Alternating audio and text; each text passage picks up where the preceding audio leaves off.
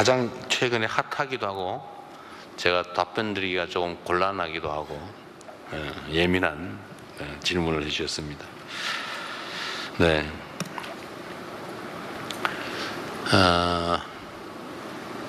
검찰개혁 또는 이걸 포함한 사법개혁은 사실 매우 중요한 현실적 과제죠.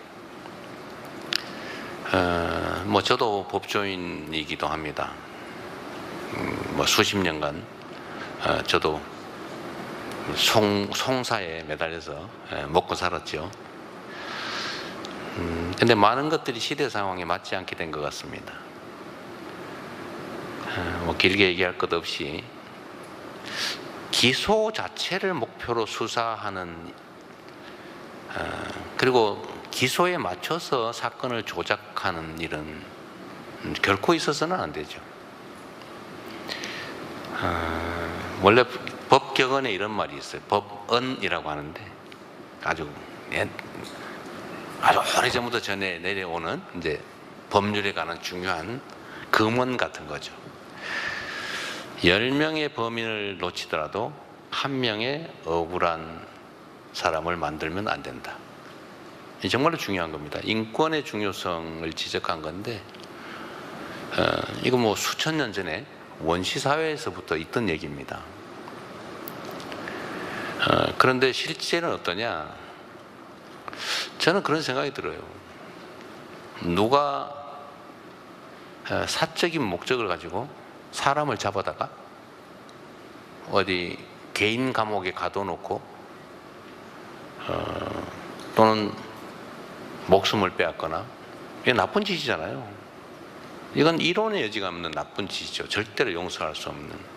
그런데 만약에 그런 범죄 악행을 막으라고 국민이 준 권력을 이용해 가지고 법률의 이름으로 그런 행위를 한다. 간첩 혐의를 뒤집어 씌워 가지고 사형 선고를 한 다음에 다음날 바로 집행해서 목숨을 빼앗는다.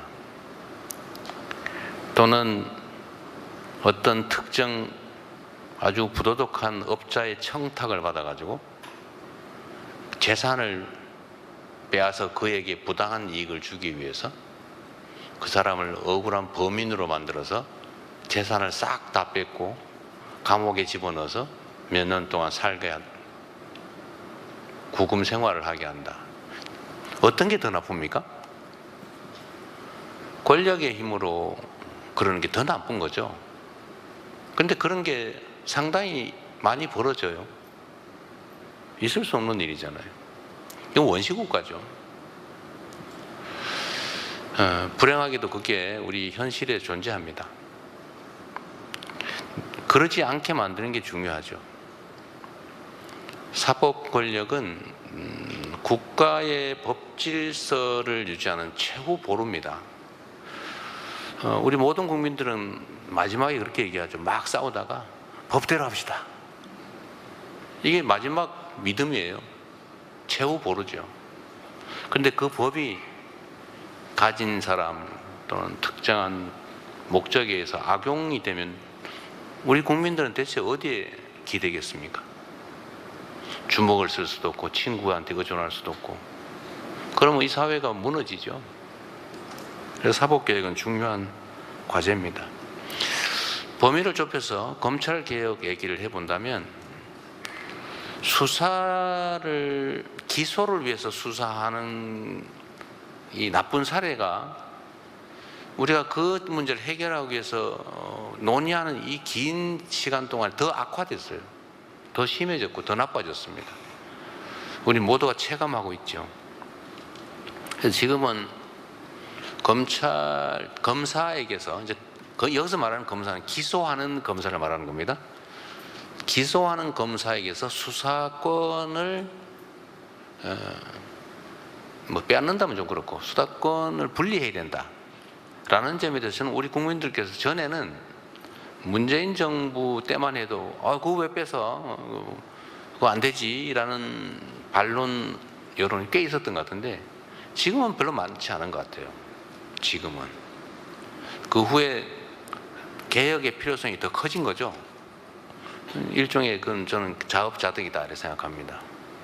수사권과 기소권을 분리한다. 동일한 주체가 수사권과 기소권을 동시에 가지면 안 된다라는 점에 대해서 이견이 없는 것 같습니다. 그러면 이제 기소와 공소유지를 담당하는 것은 검사가 해야 되는 건 또 당연하죠. 그걸 딴 데 맡길 수는 없죠. 그러면 수사를 그러면 누구한테 맡길 거냐? 뭐 떼야 되는 건 이제 이론의 여지가 없는데, 뭐 그 점도 그럼 경찰에 맡길 거냐? 뭐 경찰이 다 감당할 수 있냐? 경찰의 비대화는 어떻게 해결할 거냐? 또 그 논쟁이 있죠. 그럼 경찰의 비대화 문제는 또 사실 지금 얘기 안 하고 있지만 그 부작용이 생길 수 있거든요. 권력은 집중되면 남용되니까. 그래서 어쨌든 분리하고 견제시켜야 되는데, 경찰의 권력 집중 문제는 이제 자치경찰 제도와 또 관련이 있습니다. 근데 그건 지금 여유가 있으니까 좀 나중에 미루더라도 수사권과 기소권을 분리한다라는 점은 이견이 없습니다. 그러니까 우리 이동훈 반장님이신가요? 네, 이동훈 반장께서도 왜 하냐 또는 하느냐 마느냐를 묻는 게 아니라 언제 하냐를 묻는 거죠. 추석 전에 하자라고 지금 당대표 후보들부터 열심히 말씀하시는 것 같습니다. 제도 자체를 그때까지 어릴게를 만드는 건 가능할 수도 있을 것 같아요. 또 국회에서 하면 저야 뭐 어떻게 할 수 없잖아요. 국회가 뭐 제가 마음대로 할 수 있는 것도 아니니까. 그런데 완벽한 제도가 정착되기까지는 한참 걸리겠죠. 그러나 중요한 거는 뭐 그때까지 정리할 수는 있겠죠. 국회가 결단하기 나름이다 말씀을 드립니다. 저는 뭐 협의는 하되 국회를 존중해야 되겠죠. 다만 이 과정에 이제 이 검찰 인사 문제가 사실은 걸려 있어요. 법무부 장관, 민정수석, 뭐 법무장관 임명되기 전까지 법무장관의 권한을 대행할 법무차관, 그리고 실제 현장에서 검찰 사무를 지휘할 주요 뭐 검사장들, 이 문제는 또 남아 있죠. 이게 속도하고 관계가 있냐는 질문에 대해서는 제가 관계가 있는 것 같기도 하고 없는 것 같기도 하고 제가 그 생각은 안 해봤어요. 근데 관계가 조금 있어 보입니다. 근데 제가 자주 말씀드린 것처럼 검찰 개혁은 국회가 하는 겁니다. 이 제도를 바꾸는 거기 때문에 뭐 정부 내에서, 근데 검찰도 정부의 일원이니까요.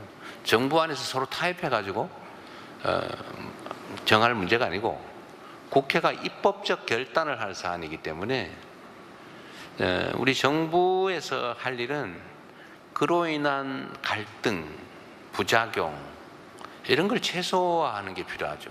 좀 원만하게 또 신속하게 될 수 있도록 하는 거. 그러려면 이제 우리 대통령실 안에도 또 정부 안에도 또 검찰을 좀 잘 이해하는 사람이 맞는 게 좀 유용성이 있겠다. 그런 판단을 한 겁니다. 그리고 그 담당자들이 아까 잠깐 말씀드렸습니다만 그 담당하는 주요 인사가 과거에 누구와 가까웠느냐, 그 가까웠고 아는 사람이고 뭐 인연 있는 사람을 다 골라내면 남는 게 거의 없을 것 같아요. 말씀드린 것처럼 그러나 공무원, 특히 그게 누구든 간에 직업 공무원은 선출된 권력의 의사에 따를 수밖에 없어요.